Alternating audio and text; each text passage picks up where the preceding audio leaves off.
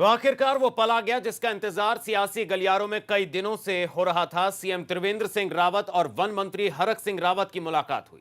सचिवालय में मुख्यमंत्री की हरक सिंह रावत से मुलाकात हुई है। मुलाकात के बाद हरक सिंह रावत ने कहा कि उन्होंने फिलहाल मुख्यमंत्री के साथ वन विभाग के संबंध में बातचीत की है।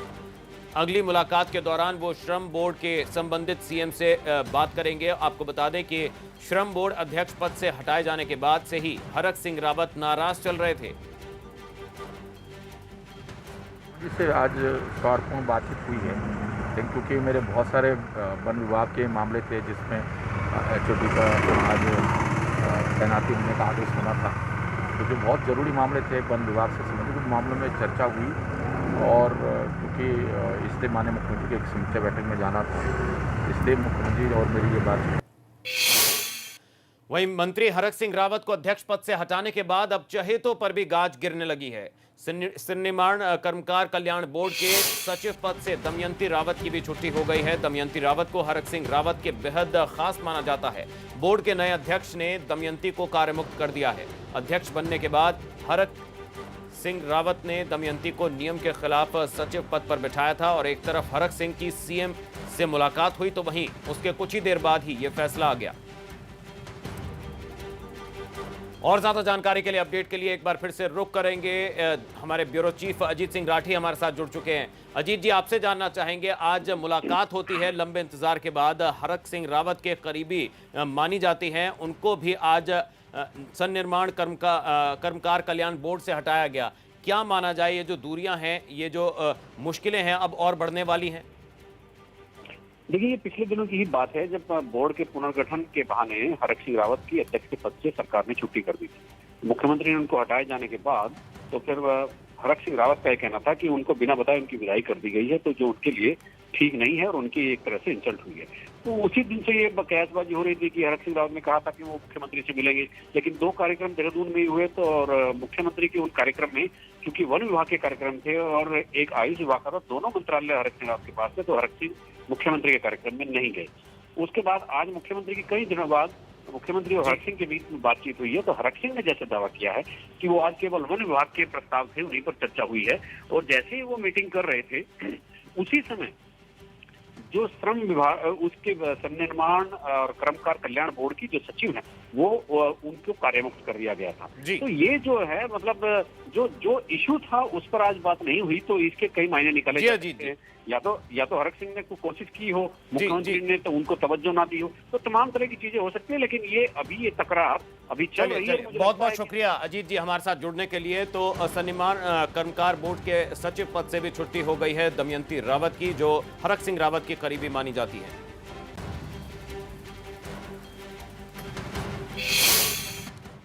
वहीं गंगा की अविरलता को लेकर मुख्य सचिव ओम प्रकाश का बयान। इस वक्त की बड़ी खबर, गंगोत्री से ऋषिकेश तक गंगा जल पीने लायक। तो ऋषिकेश से आगे गंगा जल सिर्फ स्नान लायक। हरिद्वार में हर की पैड़ी पर गंगा जल से आचमन करते हैं लोग।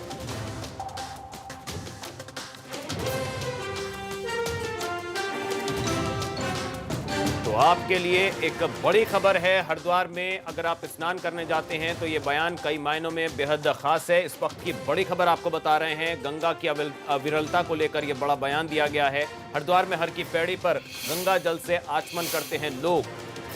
तो क्या कहा इस संबंध में आपको बता दें, मुख्य सचिव ओम प्रकाश ने, उन्होंने गंगा की अविरलता को लेकर कहा, गंगोत्री से ऋषिकेश तक गंगा जल पीने लायक।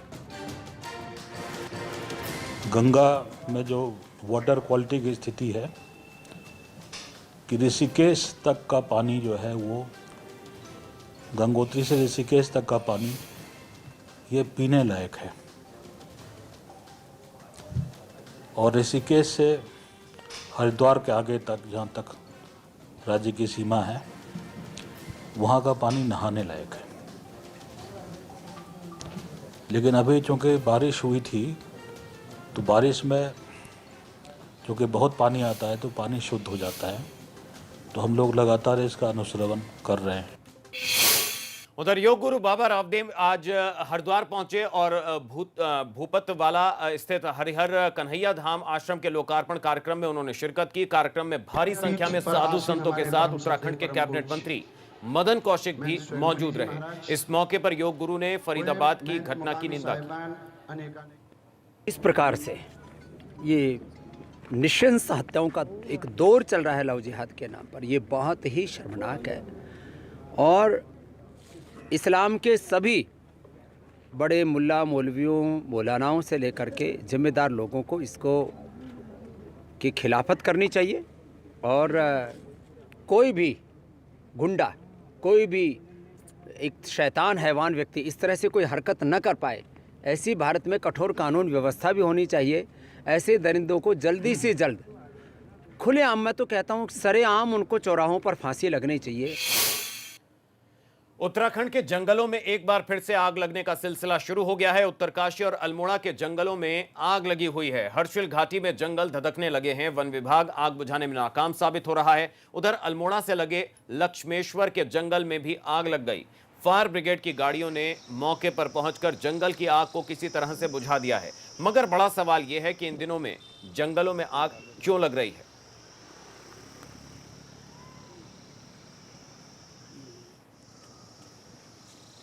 तो फिर से धधक रहे हैं जंगल। उत्तरकाशी और अल्मोड़ा, दो तस्वीरें इस वक्त आप देख रहे हैं जहां पर वन एक बार फिर से आग की चपेट में है।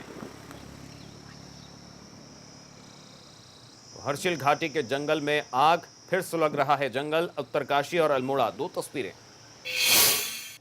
वहीं केदारनाथ धाम में चिनूक हेलीकॉप्टर से भारी मशीनें पहुंचाने का काम जारी है। गौचर हवाई पट्टी से केदारनाथ धाम में 6 टन वजन की मशीनें पहुंचाई गई। इस दौरान जेसीबी, डंपर और दूसरी मशीनों के पार्ट्स हेलीकॉप्टर से धाम में भेजे गए। नवंबर के पहले हफ्ते में कंपनियों के कारीगर केदारनाथ पहुंचकर इन पार्ट्स को असेंबल करेंगे, जिसके बाद केदारनाथ में पुनर्निर्माण काम फिर से तेजी उसमें आएगी।